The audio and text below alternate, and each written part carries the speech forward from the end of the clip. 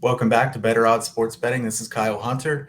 Kiev's with me, as always, from the oddsbreakers.com. We've got a new guest here, Ben Carey, founder of Capwise. Ben, how you doing today? Thanks for coming on here. I'm doing good. It's Friday, Super Bowl coming up, college basketball, good time of the year. Absolutely. Yeah. I was happy to get you on here today, Ben. I know we've talked here for several years. I think we've probably known each other for 4 or 5 years now. Time Yeah. flies. I know you've gotten bigger over there at Capwise. You got a big TikTok following, which is awesome. And congratulations for the success. And I'm happy to have you come on. If you could just take 30 seconds to tell viewers a little bit about yourself. Yeah, appreciate the words and thanks for having me. So our goal at Capwise really is to kind of bridge the gap between the objective and the subjective. So, this super numbers driven type of handicapping versus your more objective handicapping and kind of combine the two, acknowledging that one's not really better than the other, so to speak. And you can use both because I think a lot of times in the space, some people want to lean too heavy on one side or the other, and really just giving access to data to just the regular sports bettor. So that's really our goal. And, just making sure that we're transparent, giving out a lot of information and value. And yeah, at the end of the day, we're trying to help people become better bettors. So Nice. Yeah. Appreciate you coming on. Like I said, definitely. And Kiev, how you doing today down there in sunny Arizona? Well, it got cold down to the 60s, so I was a little disappointed in that, Kyle. But I'll see if I can rough it out. Otherwise, I'm having turn the heat up. having a blast with college basketball. I was on a great run, but it kind of broke recently. I went 1-2 the last 2 days, but the now runs are not sustainable. But the important thing is how meticulous you can be when you look for plays, and that's what we do at the Odds Breakers, And but I'm really happy to have Ben on. Ben's got a great site there and a great show, and I'm excited to get his takes here because this is the first weekend, buddy, without football distracting us, and we have all college basketball to talk about. Yeah, and all of us love football, but college basketball, a real love of ours as well. So it's nice to have some focus on college basketball, and we still get to talk about the NFL. Some we'll talk about it here in just a second. I do want to give a quick mention to Sports Wagering University. All three of us will be part of that. I'm excited about that. This will be posted on the Sports Wagering University YouTube as well. You can follow that, subscribe over there. There's going to be a free college basketball live class on February 22nd. We're looking forward to it. There's lots of stuff coming up, MMA classes, tennis classes, every sport you can think of is going to be classes, many beginner classes. As I said, Ben and Kiev will be part of that as well. So looking forward to it, guys. And I think there'll be a lot of big things coming there at Sports Wagering University. And the goal of that is kind of like Ben was talking about a minute ago, is to educate people, help people become improved sports bettors. We know that there's so many people out there that are just going to lose no matter what. Most people do lose in sports betting. We'll try to help give people some edges in sports betting. So, guys, let's talk a little bit here about the Super Bowl to start with. The lines right now, Bengals plus 4.5, Bengals plus 4, some places 48.5. I'm actually sitting here thinking, I don't know why I didn't wear my Bengals hat today. That was a missed opportunity, but next week I'll have it. We see the stripe in the background on the wall. There you go. Yeah. You guys know where my allegiances lie for this one. So, yeah, I've been pretty pumped that the Bengals have made it this far. I always keep my expectations low for the Bengals, but this team's definitely a different team with Joe Burrow at quarterback, and love his story. Taylor, I'm not sure that Taylor is a great coach, but they seem to play hard for him. I think the Bengals are at a disadvantage playing a road game here, certainly. The defensive line for the Rams against the Bengals offensive line, nightmare matchup. So we'll see if the Bengals can get rid of the ball quick enough. But guys, do you have any initial thoughts? I'll start with Kiev here on this one. Do you have any initial thoughts on the spread or total? I mean, do you think this is pretty fair? Do you think the line will move too much here before the game?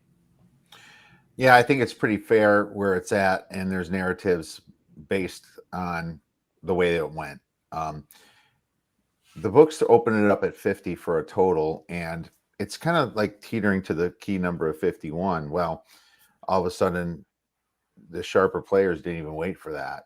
They hit it right away because they thought that that was the direction it should be going, and it's not going to pass the 51 or get up to 51. So the narrative of the Rams defense certainly reigned pretty high importance when it comes to looking at the direction of the total.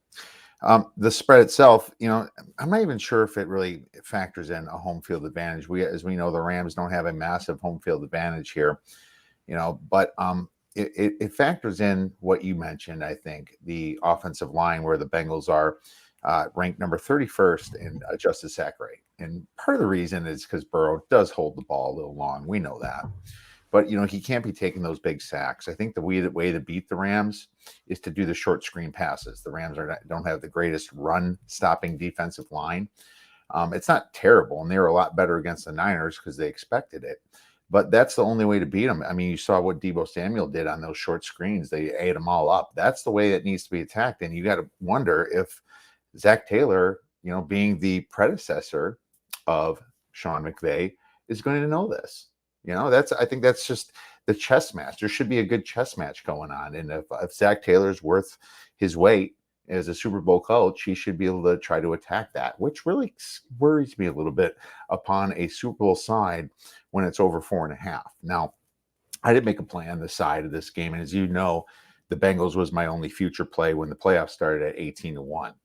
So I'm still holding that. And I'm just going to figure out some creative ways to hedge it myself. I know it's late. I'm going to have to lay a little juice on the money line part of it, but I'm going to get creative in game and do a few other things. But right now, nothing would shock me. I actually think the spread's not going to come into factor because most Super Bowls it doesn't. The winning team, wins anyway. It's not a win and a loss ATS. So I might get a little creative and do some alt lines myself. Okay, that's fair. Yeah, I'm not sure that I'm even gonna have a play on the side or total in this game. Probably just some prop bets for me. I know it's not really popular. A lot of handicappers would say, "Here's a huge bet for the Super Bowl," but I don't think there's a lot of great value in it.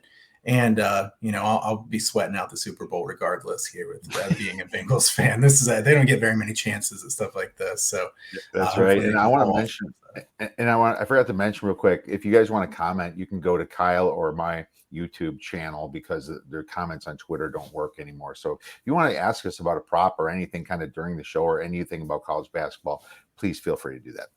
Yeah, absolutely. I see quite a few people watching live on Twitter. Unfortunately, you can't comment from that as you did in the past. So the YouTube pages are an option. Ben, what are your initial thoughts here on this spread and total here in the Super Bowl? Yeah, to be honest, at -3.5, I jumped on the Rams when that opened up. And I think that was just more of a value play for me because I had a feeling the line was going to move. As far as the total goes, I'm not surprised that it dropped down because I do think there's a little bit of correlation with the Rams winning and it being an under because the narrative with that line, I'm kind of seeing that if the Rams can pressure Burrow, I don't know if they can put up a lot of points. Kieb made a good point about the home field advantage. I do agree with him that in a Super Bowl as a whole, you really don't see too much of that as a whole, even if the game was like, let's say in Tampa Bay, like it was last year, just because the way the tickets are divvied out and all that. So you're not going to get a true home field advantage, but I would give the Rams like a point, I would say. And that's just more to the aspect of lack of travel and the familiarity with the field, locker room, things of that nature, maybe closer to 0.75 to a point. But I think you have to give them something because I think if we're just saying on a neutral, the Rams are 4.5 points better right now than the Bengals. I think you'd have to slam the Bengals at that point, but you can't disagree and say like, hey, maybe the home field is being overcooked in this line. So that's kind of how I look at the line because 4.5, I was curious if it would touch 5. If it gets to 5, you're going to see some pretty sharp action on the +5. Maybe a lot of the bettors who hit the -3.5 earlier to try to get a middle at 4 because that's not a bad middle. But I'm with you, Kyle. I mean, I'm obviously not with you that I'm a Bengals fan. I'm a Broncos fan. But I'm with you on the point about the props. I think I'll have 10 to 12 props loaded up for this one. Other than that 3.5, which was a smaller play, I'm staying away from the total on the side. Okay, that's fair. So I see we have a question about the interception props. from KJO here. I haven't looked at these too much. I was just kind of pulling up DraftKings and looking. Burrow over half an interception is minus 125. Stafford over half an interception is minus 145. My initial thought would have been I kind of like a Stafford over, but minus 145 is not very cheap. So I wouldn't say I'm wild about that one. Burrow's thrown one interception now in the last 6 games or something combined. Having said that, he's going to have a lot of pressure on him here. So I've seen worse bets than taking over half at minus 125 there. Do you guys have any quick thought on anything you like about the interception props? They're juiced a little bit now. I wouldn't necessarily take a Stafford one. I would lean towards a Burrow run, because if the spread is true, being past the 3, then they're going to be losing at some point, and he's going to take more chances. I think that there's a good chance he's going to try to force the ball to Jamar Chase, and you're going to have a really good cornerback on him and Jalen Ramsey, aren't you? That kind of leads into a few of the props that I took, but I haven't decided on an interception prop. I'm looking for a sack prop personally. If the numbers are right, I would definitely take Joe Burrow over his sacks, but I didn't see a lot of sack props yet, but I think they'll pop up later. Yeah, I don't totally hate the interception prop, but I kind of lean towards more of a fumble prop. And I know a lot of times I've heard a narrative that fumbles can be random, which there is some truth to that, especially with the running backs. Some people don't like to hear that, but they've done some numbers on it. With a quarterback in a pass rush, it's a little different. When you're getting blindsided, you're probably going to fumble the ball if you get hit. And Von Miller, I mean, we know what he did in Super Bowl 50. Is he the same player he was? Probably not, but I don't think he's that far behind, especially when they put him in passing situations where, he can tee off on Burrow. I think there could be something with the sack props and the fumble props. I need to look more into them. But, yeah, personally, I would stay away from the interception props, just where I stand. But, make sure to shop around, though, because I'm already seeing a lot of discrepancies across the board at various books. So just make sure to look at a few books before, putting in a bet. Absolutely. If you're a prop bettor and you're not shopping around, you're messing up for sure, because there can be 20-cent, 25-cent differences. And even when it comes to rushing yards, receiving yards, there can be 10 yards difference sometimes. So that makes a big difference. And even 3 to 4 yards. Right. Hold up. I've lost 3 to 4 bets this year in NFL props off bad numbers. So it can come down to that half yard for sure. Yeah. So I've won on half yards and lost on half yards this year as well. Oh, yeah. Seriously, 60 and a half stuff. I'm like, where you're just watching the score and you're just seeing if they're going to change the stat correction, which happened to me. I was on the bad end of a Waller stat correction, lost by them. Mm-hmm. So happens in fantasy too, as we all know. Well, I'm glad he asked us about props. Maybe we should get right into that. And I think it's what you said about Von Miller's leads me into my prop. A lot of people went Aaron Donald for MVP, and I mean, when I saw the price at 18 to 1, I'm like, oh, that's not right. And then now it's like down to 7 to 1 in some books, and I'm like, you got to be kidding me. The thing about Aaron Donald is he's an interior lineman, and he's going to get a lot of double teams. He disrupts a lot, and they stunt him in certain situations. But I mean, you got to think about history, and does history repeat itself? Yes, it repeats itself. What pass rusher did they pick up? They picked up Von Miller. Aaron Donald's going to be taking double teams. Joe Burrow holds the ball too long. They're number 31st in sack rate. If this is a defensive game and they're completely shut down, 50 to 1 on Von Miller seems way more attractive to me than taking Aaron Donald. So I took Von Miller because he's been there before, and he has the capability of doing it.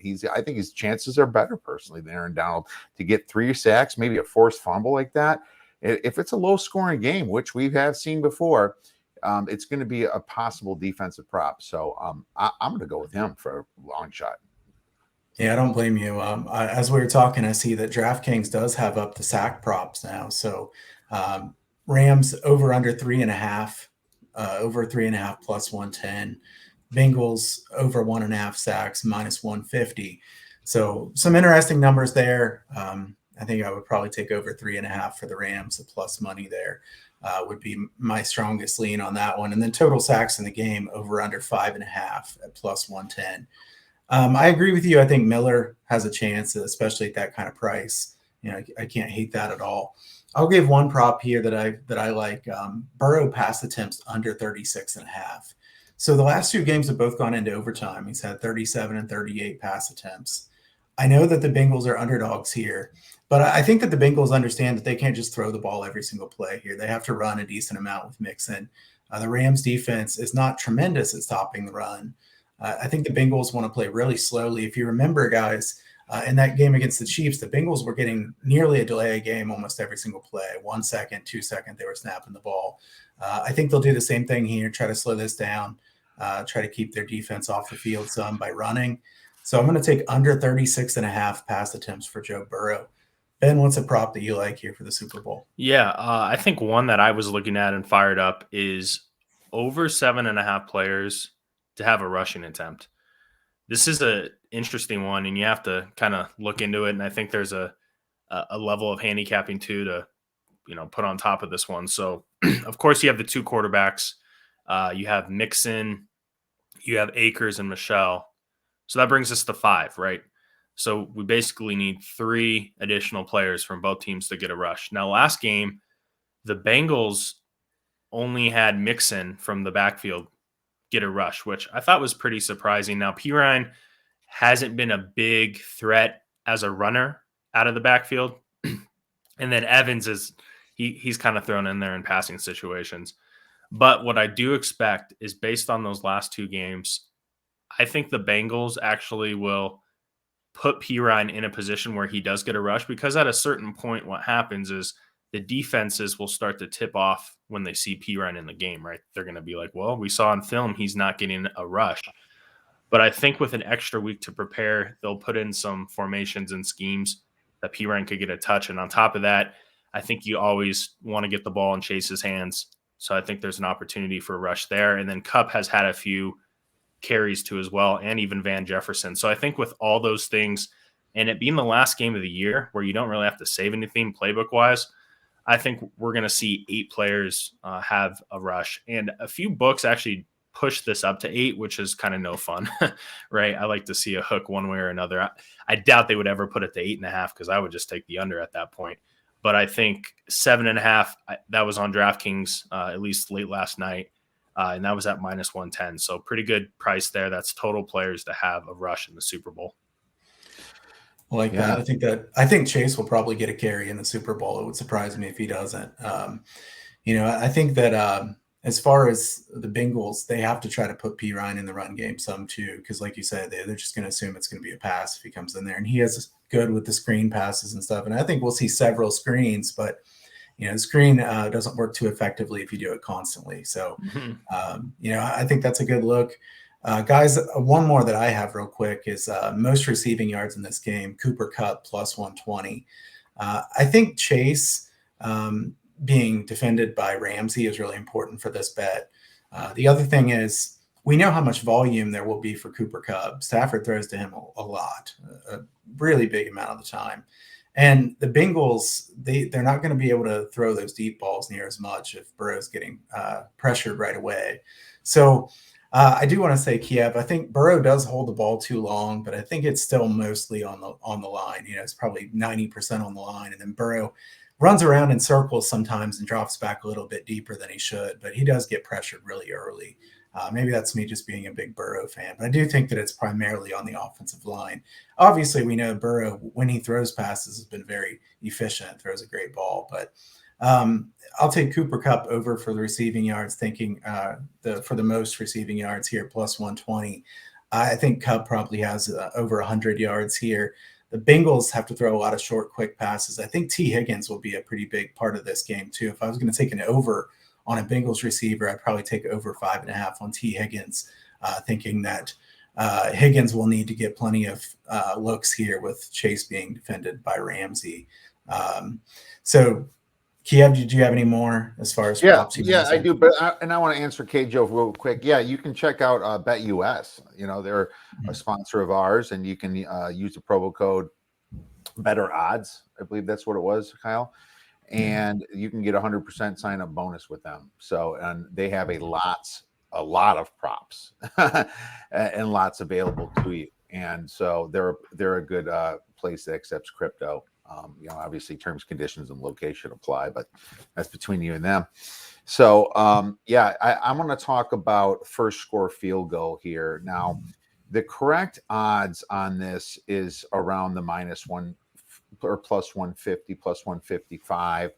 It's usually about a 60% chance they score a touchdown and about a 40% chance they score a field goal. But that's all NFL games. In the Super Bowl, you have to take the narrative that these teams are going to be a lot more careful with that ball the first drive. I can see some overthrows and things like that. So I think that's where it's going to give you value on the field goal. Now, I was picking these off the last 5 years when they would say +600 and +450. Well, I would take it on each team, right? And I would say they're going to kick the field goal. They're going to. Now, if you look at the odds, they've adjusted down to +250 and things like that, +300. So you cut that in half, you're around the +150. So I found the prop just first score field goal is +150. But these field goal kickers are fantastic. Yeah. For both of these teams.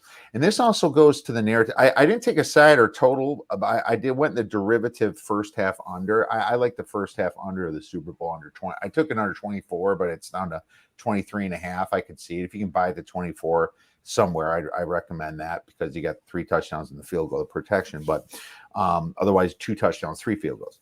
But I think that it starts off slow. I hit the first half under on every single Super Bowl over the past few years. You can just even look up the scores. They're it's a great bet, and sometimes I even go second half over. It just depends upon how low that sucker is. Yeah, Kyle, and one more I wanted to give out. This is a fun one. I like it a lot, but I think there's a lot of value. It's the jersey number of a player to score the first touchdown, over or under 23.5. Now, when you think about this just immediately, and maybe how the public thinks of it, they think, well, over. We're setting the number at 23. It should be like closer to 50, right? Like just kind of splitting the difference of 100. But the more you look at it, a lot of the bigger scores are going to be under 23.5. You got Cup, you have Chase, Akers. Mixon, though, I believe is 26, so he would be over. But you have a lot of potential scorers under 23.5, and that's just at a -110. So I think the under there is actually a pretty good look, and that's one that I'll be betting. And I like that, Ben, because you have to remember the quarterbacks were under that as well, and you could run in a 4th and inches, right, or 13 inches or something. Yeah, I was gonna say Burrow could run in a touchdown. It wouldn't surprise anybody too much. Stafford, not a great runner, but you never know. I think that's an interesting one. There's a lot of the big name players that are very low numbers. So I like that. I like the fun props. I know there'll be some entertainment props coming out, and I always let my wife bet on a couple of those so she's interested in the Super Bowl as well. But guys, in general, props, I want to say real quick too. Everybody likes to take all overs when it comes to player props, and especially come Super Bowl Sunday. Keep an eye on some of those unders because the numbers can get inflated.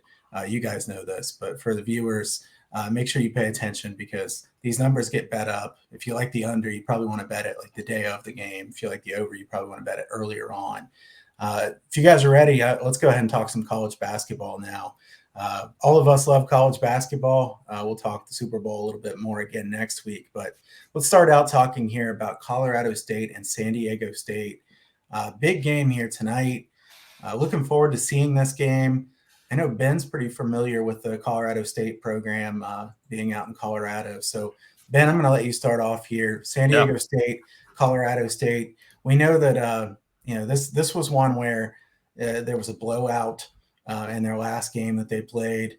What's this one going to look like as far as revenge factor? Let's get your thoughts here on this one first. Yeah, of course, the revenge factor is always in play in a spot like this. So I think at this point, it's one of those things where you just have to assume that maybe that's already in the line, which is okay because I think that's fair. The line opened up at 2.5. I'm showing 3.5. Is that fair? What you're showing? Yeah. So Colorado State, I still think is a very good team, potentially a top 25 team. Now they've gone through a little bit of a dry spell, losing 2 straight. They lost to UNLV at home, which was one of their worst home losses in recent memory. But we know that UNLV can get really hot, and when they're hitting threes, they're a really good team. And when they're not, they're like a bottom third team. They're one of those streaky teams from three, and UNLV couldn't miss in that game.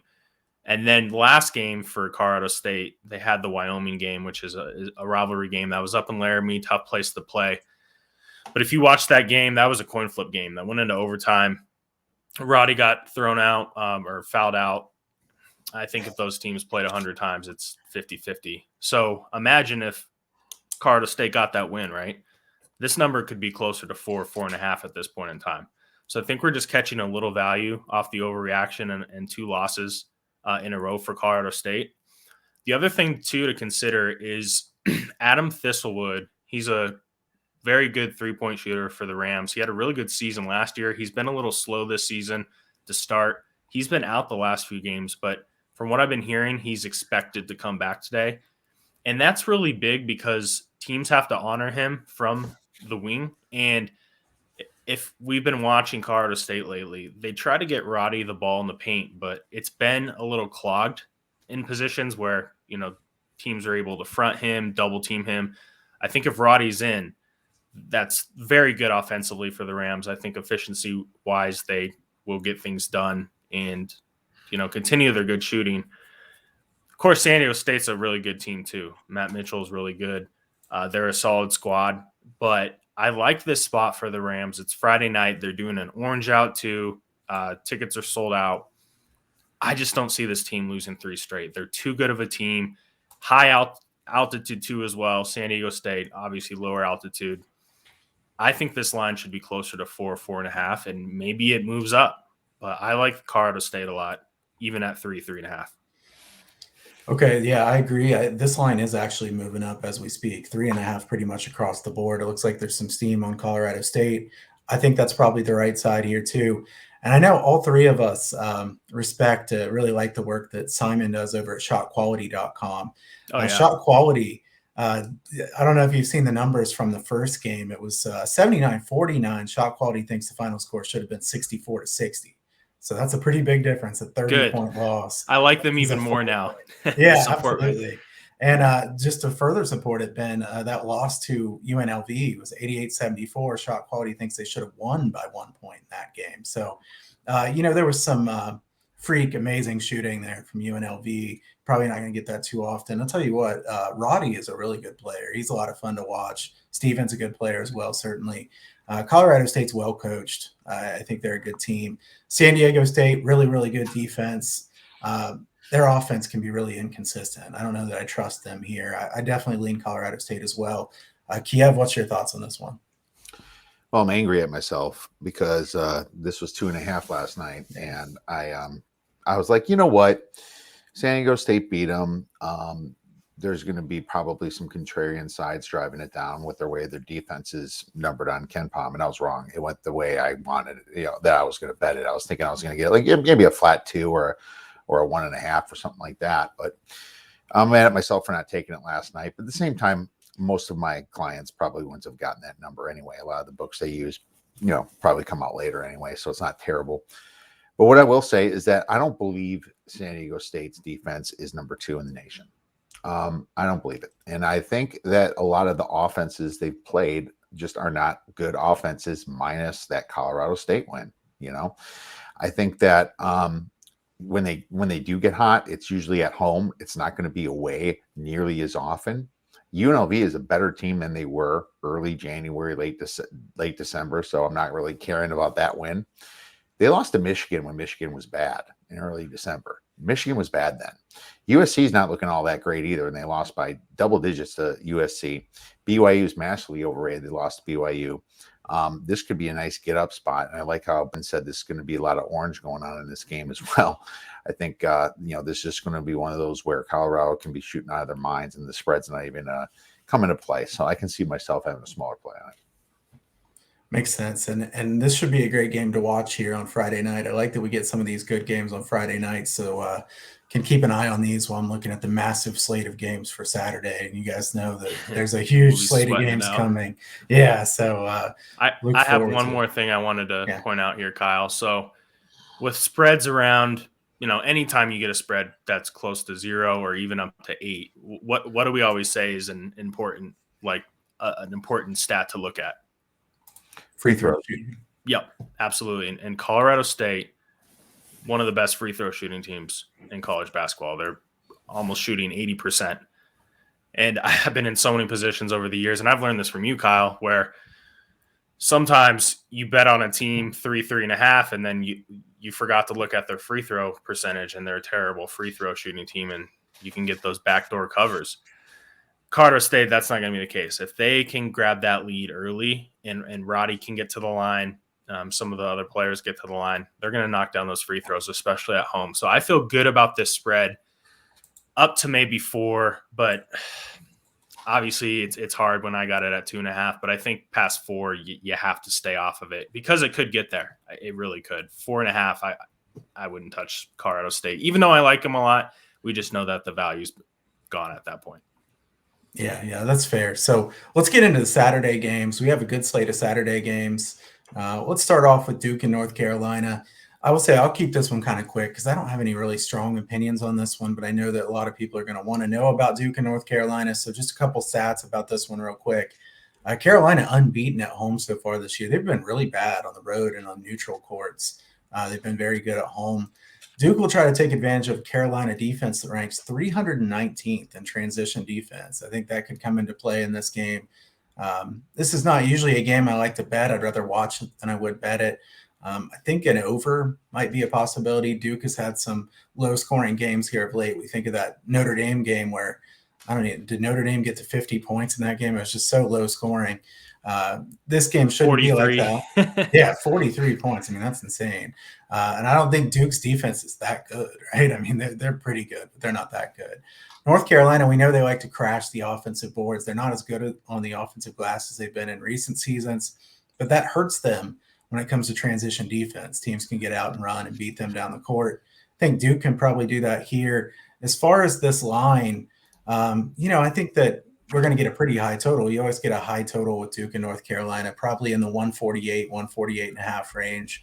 The spread, I see KenPom has 3 for Duke, which the line's pretty much going to come out at what KenPom has probably. So, Ben, do you have any thoughts on this game real quick? Yeah, I was going to say the same thing with the over. I think that's going to be my initial look. I can see both these teams just really trying to push the tempo. I'm with you too, as someone who likes to stay away from more of these marquee type of games. If anything, it would be the total, but as far as the spread goes, I'll probably stay away. But it is interesting. North Carolina at home, I think they are undefeated straight up. Haven't lost a game, so I'm curious how that kind of factors into how this line is made because, it's going to be a close spread either way. So, yeah, one of those games I'll probably just be watching as a fan. I mean, it's going to be Coach K's, one of his last games there. So, yeah. Kiev? Yeah, I'm looking at Haslametrics here, and I just shared that on the screen. North Carolina is a great home team. They rank 3rd out of all teams, meaning they are about 5.18 efficiency points over the norm when they're playing at home. That's large for college basketball. But at the same time, Duke's not that bad away. Consistency, neither of these teams are consistent, and that scares me a little bit because I don't know if they're going to lock it down on defense like Duke did to Notre Dame. That total was at 143.5. I hit the under, and it was at 140. It went to 144.5. I'm like, really? Well, that game didn't even get to 100 points. Duke is playing great defense right now. They're playing fantastic defense. And to be honest with you, I think Duke is kind of a sleeper little play for me. And I know it's a very public play, maybe to win the tournament. But if I'm getting double digits to 1 on Duke, I would consider Duke, depending upon obviously how things seed out. I think Duke's phenomenal. Now, the problem is North Carolina going to be great at home, which you see on some of these statistics here, looking on the bottom of the screen. I'm worried about it, but it's always a great game to watch, and I'm definitely going to watch it, but I'm not sure if I'm going to get involved. Yeah, I think that's kind of all of our sentiment. And Kiev, I don't want to have to root for Duke when it comes to the NCAA tournament, so I can't take any Duke futures. But Well, you couldn't I take mean, the there's Bengals future with me either. And what's going on, man? You say you no, don't like futures. I stay out of Bengals bets. I try to stay away from those, but I will. I'm just kidding. I know. Hey, I hope your Bengals future cashes in a I'm big sure way, you do. certainly. But no, I mean, I'm just not a massive fan of Duke by any standards, and I don't I think hate any of Duke. us They are beat big my Duke Badgers fans. and screw Duke. But I'm telling you, I like money, and if I'm No, gonna yeah. lose because Duke wins, then I want to win some money on them. Sure. No, I agree with that. Yeah, it's just kind of messing around with the fact that I really don't like to root for Duke. But let's move on to Gonzaga and BYU, guys. This is a game that I'm certainly looking forward to. This is a 10 p.m. Eastern time game on ESPN. Now, Ken Palm has this line at 10. I think this line will probably be bigger than 10 based on how Gonzaga has been playing lately in BYU. If this line is 10, I think I'll have to bet Gonzaga in this one. Some of my notes on this one, this is usually the trickiest game for Gonzaga and the WCC, but is it this year? I mean, BYU is really banged up as far as big guys. You don't really want to be banged up in the front court when you're playing against Timmy and Gonzaga and even Holmgren. This is a Gonzaga team that's playing so well right now, and they're really, really good on transition offense. Number 1 in the country in efficiency and transition. BYU's transition defense is number 320 out of 358. Yikes. I think Gonzaga is going to score a bunch of points again here. They scored 110 in the first matchup, and they could have scored more than that. They let off at the end of the game. Gonzaga team total over, probably a decent look in this game. As far as the side, like I said, I certainly lean Gonzaga in this game. BYU has a good home court advantage. BYU probably, I guess the only negative to taking it over, I would think, guys, that BYU probably wants to slow this game down. I mean, I don't think they want to try that again with getting in transition and trying the fast-paced game with Gonzaga. So that's the only negative to taking any kind of over in this game. But if Gonzaga gets ahead by very much, then BYU kind of has to scrap that plan. So I think Gonzaga wins this game pretty comfortably. The matchup in the front court is a big concern for me, and then the transition defense being that bad. Gonzaga playing so well here this season. So, Kiev, do you have any thoughts on this game? Yeah, I'm actually mad that BYU lost to the Dons because Ken Palm had it at 8-point spread yesterday. I was like, dang it. But, there is no way that this should be a 10-point spread. And I think you're going to see it up into the 12s or 13s, to be honest with you. Maybe at 3-4 o'clock, you can grab one of these early lines on Zags. I think the Zags cleaned their clock. I think that they are massively overrated. I don't think BYU is number 36 on Ken Palm. They weren't number 28 in Ken Palm yesterday before they played. And if you look at their best win, I was way against San Diego State, which we just knocked a while ago. Oregon's not that good of a team anymore. And this is back in November, like early November, right? We're still doing college football. Utah State is, I think, a little bit overrated myself, but yeah, I guess you can call that an okay rant. St. Mary's is a weird team, and they're extremely cold in the game that they play BYU. I don't like some of their losses to Vanderbilt. I don't like their loss to Utah Valley. I don't like their loss to Creighton. And these 3 in a row just really smell. Gonzaga names their final score here. And Gonzaga likes to beat teams by margin because they like being on Ken Palm at number 1. Mark Few's not going to stop them. Lay the points, is what I'm saying. Yeah, Gonzaga, traditionally with their spreads, you got to get in as early as you can, because I would say 9 times out of 10, I haven't tracked this, but almost 9 times out of 10, it feels like the lines move up, right? So if you like Gonzaga, you should probably get in as soon as you can find a line. But obviously you have to be careful just to see where the number's at. But man, 3 losses in a row for BYU. A week ago, I was pretty content with them making the tournament, but now I feel like they're kind of on the bubble again, right? And, in the WCC, traditionally that's a conference that will get 1 to 2 teams in. And I think a few times they've gotten 3. I don't think they've ever gotten 4 in. I would have to look back, but I doubt it, just because, San Francisco over the years just really hasn't been that type of caliber of a team. So if San Francisco plays their way in, it's like, hey, does BYU sneak their way in? So I'm curious, with that on their minds, do they come up and get inspired at home against Gonzaga? Maybe, but that's half the battle. I mean, Gonzaga is one of the most talented teams in college basketball, so who really cares if that is the mentality? You still have to play the game. I think if this spread's at 10, 11, probably I'd lean Gonzaga, but if it creeps up to like 12, I doubt it would, but maybe I would maybe look at BYU. I just hate betting against Gonzaga because they could have a game where they're close with Gonzaga throughout, and we've seen Gonzaga, they go on those runs where they score 10 points in 2 minutes and all of a sudden they're covering. So it's going to be interesting to see how BYU comes out, and Barcelo is going to need to have like a 25, 30-point game if they have any chance of winning or covering. Absolutely. Barcelo's great.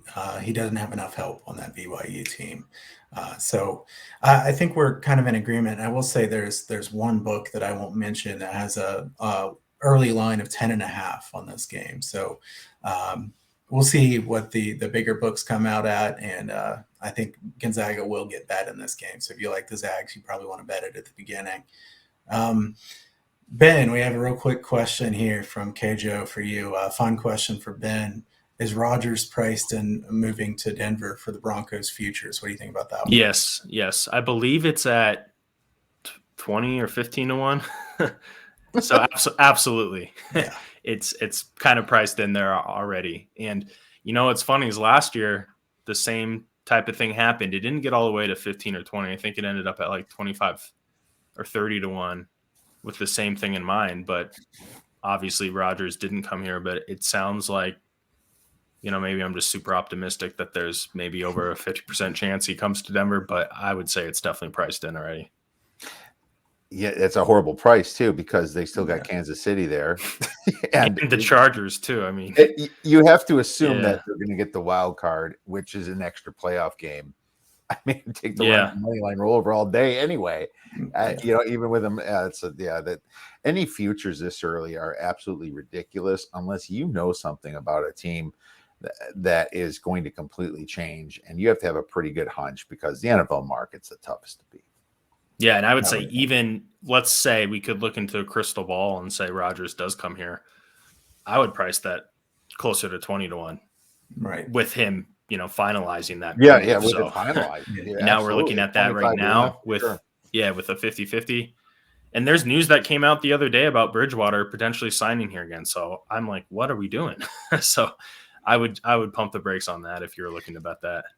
Yeah, I agree with that because the price wouldn't really even be good if Rodgers was there. And how would you like to have that ticket if Rodgers doesn't come there? I mean, that's going to be that's going to be an ugly one to have then. Yeah. So we'll wait on that one and we'll revisit certainly. But let's look at the next game we have here. Montana State versus Weber State. This is one that Ben wanted to talk about here in the Big Sky. Big Sky is one of my favorite conferences. There's some good value on a lot of these teams usually. And, I just think this is an interesting meeting because Weber State just beat Montana. And Montana is Weber State's top competition in this league. So now they have what you can consider maybe a letdown spot against Montana State. But Montana State's one of the better teams in the Big Sky as well. It looks like the lines, a lot of the places projecting about 5.5 or 6 point spread on this game. Ben, what are your thoughts on this one? Yeah, I wanted to touch on this one because the Big Sky, it's been fun basketball this year. There's some decent teams. I think either Montana State or Weber State, one of those two teams is probably going to win the conference. And I could see them being like a 14 seed potentially. Weber State is a really good team. And when they get hot from three, like they get going. I bet on them a few times this year. Kobe McEwen, they have a few other guys who can really stroke from deep. Overton, or it's actually Jawara, I believe, is the other 3-point shooter. So this is a good game to watch, even if you aren't a fan of the Big Sky or either of these teams, because there's a really good chance that one of these two teams is going to be in the tournament, and it's going to be kind of the playoff feel, right? Tournament feel. Two really good teams. The loser of this one, I think, drops down in the standings a little bit in the Big Sky. You want to have a good seed there with about 6 or 7 games remaining in conference. So, yeah, I think the spread, what you mentioned, is going to be about right. It's interesting Weber State being back at home again. I knew some guys who were pretty sharp who were on Montana +6 the last game. So we'll see if that kind of continues, because I think Montana State is a better team than Montana. But at the same time, Weber State didn't really have the best 3-point shooting game last game. So, and they didn't against Eastern Washington either. Before that, they were shooting close to 50% 3 straight games. So this is just such a tough one because it comes down to, do we think they're going to shoot lights out from 3 or not? And sometimes that puts you in a bind. So I'm really going to watch the line to see which way it goes and, potentially grab some value even on Montana State if it can get high enough. Yeah. A great call in this game. It's really interesting. Road revenge is a possible angle here. You look at some of the numbers here, and I'm just going to try to put this slide up for you guys. Another bad home team in Weber State. They're not really living. They're winning games, but they're not covering or living up to what they have, being ranked 350th at home, while Montana State ranks 127th. Weber State, not the most consistent team either, as you can see. They do have a lot of momentum going for them, but I think if you're going to get an above 5, you really have to look for Montana State. I almost feel they're going to have a do or die attitude here, Ben. And them coming into this, it's going to be fierce. You can see this could be a 1-point game when it's all said and done. Yeah, I think road revenge has been a great angle in college basketball for many years, especially in conference play. We don't want to look at some people talk about revenge from previous seasons and stuff like that, but I'm talking about from the same season when they've already lost at home and then winning on the road. That can be a really good angle. I was looking at the shot quality numbers for that initial game. Pretty interesting, actually. 10-point win for Weber State. Shot quality thinks based on the quality of shots, it should have been an 8-point loss for Weber State. So really interesting. I see the opening line that is out there right now is 5. I would hope for better than 5. I think if you can get 5.5 or more, Montana State's probably worth a little bit of a bet here. I think I will probably take it for something if we can get at least 5.5 points. Also, I knew Montana State was playing well, but I didn't realize they'd won 11 of their last 12 games. So they're certainly playing very well themselves. Big Sky, a fun conference, as you guys know, and also a really good conference for over bettors. There's some really good long-term angles for overs. Not much defense played in this conference, and plenty of pace, to be sure. So Portland State, Northern Colorado almost had 200. Maybe it hit 200. I think it did. Yeah, Yeah, I did have the over in that one. I've been running bad here lately, so it was nice to get a no sweat winner on that. Actually, I've had the over. Deserve that one. Yeah, that was I took the over at both the games that they played here. The line got bet down pretty hard yesterday at one point. Was able to get 147. And Portland State plays ridiculously fast, not very good defensively, a lot of fouling. Northern Colorado, really good offensive team this year, and they've really picked up the pace. So, yeah, definitely a conference where I still like to look for overs, especially on the low numbers. Let's transition to one more game here, Mississippi State and Arkansas on Saturday. Kiev, I know this is one you wanted to talk about, so let's hear it. Well, Kyle, I have a question for you. Is there 359 teams in college basketball? I think it's 358. Yeah, because that's IUPUI at the bottom. That's how I know. That's right. There's 358. And Mississippi State is 358th in away games. That is dead last. They don't have the bells, right? Like, that's the problem. Oh, that is so bad. And they are so inconsistent here. I know that they have a little bit of momentum to them. They went on a nice little bit of run last couple of weeks, but they are a very inconsistent team. Arkansas has kind of been hyping up a little bit. They're 35th in momentum right now. They're creeping back up in the ranks, and they had a bad start to the season themselves, but they kind of figured it back out. Arkansas, they had made a pretty deep run. I think it was Elite 8 last year, and they ended up doing pretty well the last 4 or 5 weeks here. And if you look at, let's just pull up Arkansas on KenPom here. I want to show something that makes me really like this side, and hopefully the line won't be too dependent here, but KenPom's got this by 4, so I'm going to guess it's going to be between 4 to 5 points. Maybe it's 5. But if you look at something here for Mississippi State, I'm clicking on Mississippi State here.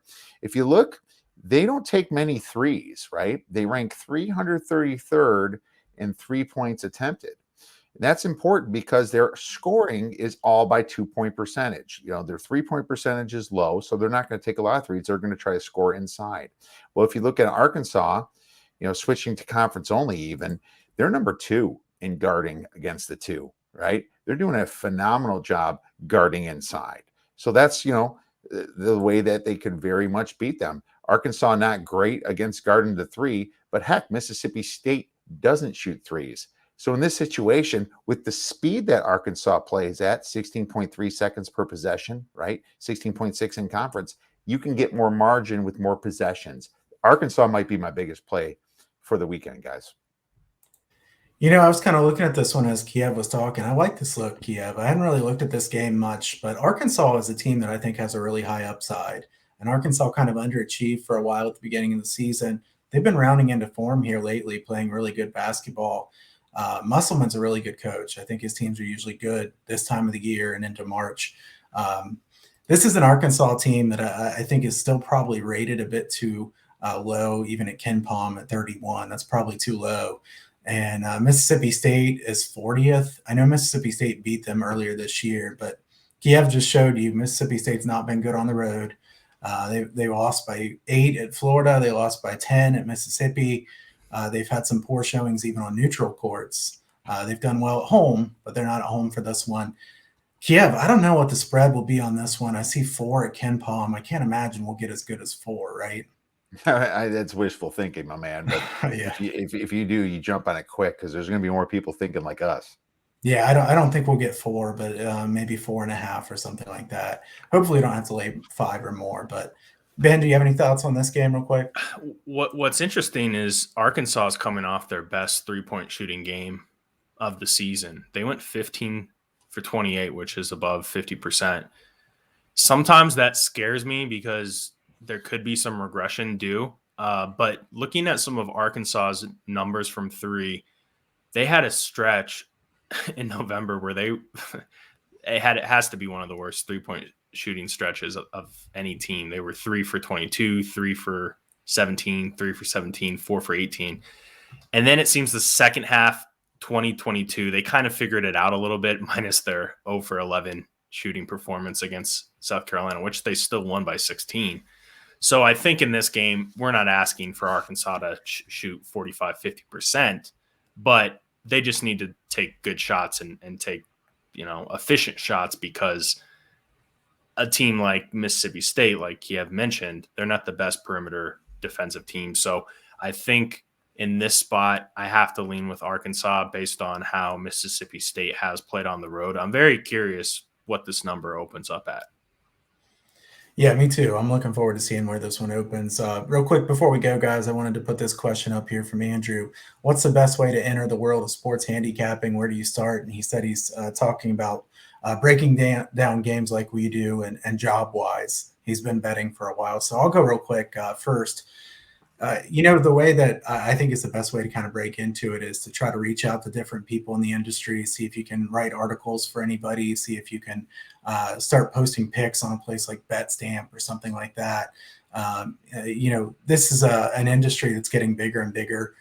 You want to try to get yourself out there as much as you can, and maybe even start doing some videos or things like that. But as far as breaking down the games the way we do, I think I can speak for all of us. I spend a lot of time researching these games, and I have all kinds of different websites that I look at on a day-to-day basis. This is a process where you want to track how you do long-term. I don't know what kind of better you've been long-term, but you want to specialize in the sports that you've seen the best results in.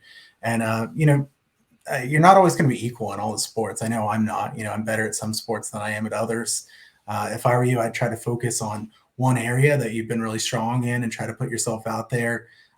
It's an industry, like I said, that's growing. So reach out to several people and see if you can get on tracking some plays or things like that. But Kiev, do you have any thoughts as far as how to kick off thing in sports handicapping? Yeah, start just like I love what you said about blogging. Reach out to some places that they're probably going to not be able to pay you, but you get your name out there when you blog for a place. they're going to put it out to all their readers, and then your Twitter handle is going to be there and everything. Have a good Twitter presence. Always be just talking with sports bettors. Sports bettors release Twitters, every day, all day long. It's the biggest probably place for sports bettors is just talking about games on Twitter. So talk to them about it and give your opinion, ask questions, and if it starts developing to something bigger, go to WordPress and build a quick little website for yourself. There's a lot of YouTube videos on how to do that. It's simple these days, and then you can start with a little bit more of a presence, and then after that you can start podcasting, and maybe one of these days you're going to be a guest with somebody. It's fun, but it's a passion. You got to make sure you're committed. At the Odds Breakers, I've had way more people come and leave than I've had people stay. Probably 90% are fly-by-night people and 10% stay, I would say. So just make sure you're committed, because if you're not 100%, this is my passion, I love it, I don't care if I lose, this is just, I want to learn, I want to be better, I'm going to do this the rest of my life, then it's not worth it. Yeah, and I had two things I wanted to touch on. I would say number one, especially with a sport like college basketball, I would say to kind of specialize in one conference or maybe two, right? Because there's so many teams where if you try to put your hands in every conference, you're just going to get overwhelmed. I mean, I've been doing this for a while, and I know you guys have too. I'm still overwhelmed. There's so many teams in college basketball, but you get to a point where you know what to look for. But I think if you start on a smaller scale, pick maybe a bigger conference and then a smaller conference and kind of specialize, like, because then you can start to do what we're doing here, where we're looking at previous games, the familiarity with the matchups, things of that nature. And then things will start to, piece themselves together from a smaller point, and then you can grow out. And I would say number two, don't lose sight of doing things the right way with transparency and just, it's kind of cliche, but just be a good person, because I think there's a lot of people who can get into the space and really kickstart things quicker, maybe in the wrong fashion. But I think it's a huge community, but it's actually smaller than you would think. A lot of people talk, a lot of people that I reach out to know a lot of the faces. So just remember that, because your reputation is one thing that you can't really get back. Yeah, I think those are good points. I think it's a positive community in some ways, but there can be so many negative people out there that do it the wrong way. So you want to try to make sure that you're on the right side of that. And Kiev's right as well, as far as the longevity and making sure that you're actually sticking to it, because I've had so many people reach out to me over the years. Hey, I want to partner up and do this. I want to partner up and do that. And before you know it, they're MIA, they're not around anymore. They're selling NFTs. Right. Yeah, they switch into Right. the newest fad. Right. Yeah. But I think it's gotta be a passion. It's gotta be something you love, because it is really a grind. It's not going to be short hours or easy or anything like that. So you got to enjoy it. That's for sure. So guys, I think it was a good show. We went a little bit longer than I expected, but certainly appreciate it. Ben, I want to start off with you. Let everybody know, viewers, where they can come to find your information on all your plays. Yeah. Twitter's a good start. Ben __ Capwise_ is the Twitter handle for me. And then the company site that I started is Capwise. That's CAPWIZE. We give out free plays, but I think for us, like, we're definitely trying to transition into giving out a lot of information, right? We're always going to have the free plays, but I think the more we can focus on that, the better. And then we also have a Discord group too. I think that would be a good group for, I think it was Andrew who asked, just putting yourselves in those communities where you can just learn without having to really show a face to start, if you feel more comfortable that way. But yeah, we're on Twitter. We'll be on TikTok. You'll see my face pop up. So yeah, just trying to continue to grow and get our name out there. Yeah, I do encourage Andrew. I think a Discord group like Capwise is a very good one. I know they have a nice community over there. So I encourage everybody to check out their work. Kiev, tell us about the Odds Breakers. Yeah, the oddsbreakers.com. It's a place where people love to read about picks and plays, and we cover most sports. I mean, if something, we don't do badminton or anything, but we've had some tennis bloggers. We have people that come on there and talk about pretty much whatever you want. I'm a big UFC guy, and I'm really excited to talk about that this weekend. I have premium plays for people. for our subscribers. And obviously, if that's something you like, you're more than welcome to be a member and support us. If not, you can get it for free plays. We always have free plays for people. It's not going to be our highest rated play, but still, it's plays we're making. We're betting money on all these plays. We do not give plays we don't bet on ever. So we're with you the 100%. And follow us on Twitter if you haven't. And check out my work, huntersportspicks.com. You can sign up for the free picks newsletter over there. Also, subscribe to my YouTube page. Click the bell to get notified. Check out all these guys' work. Happy to do a show with Kiev and Ben. Also, follow me on Twitter at Kyle Hunter Picks. Guys, thanks again. Was fun, and I appreciate the time. And best of luck on all your plays this weekend, guys. And we'll see you again next week. Thanks for having me. Again.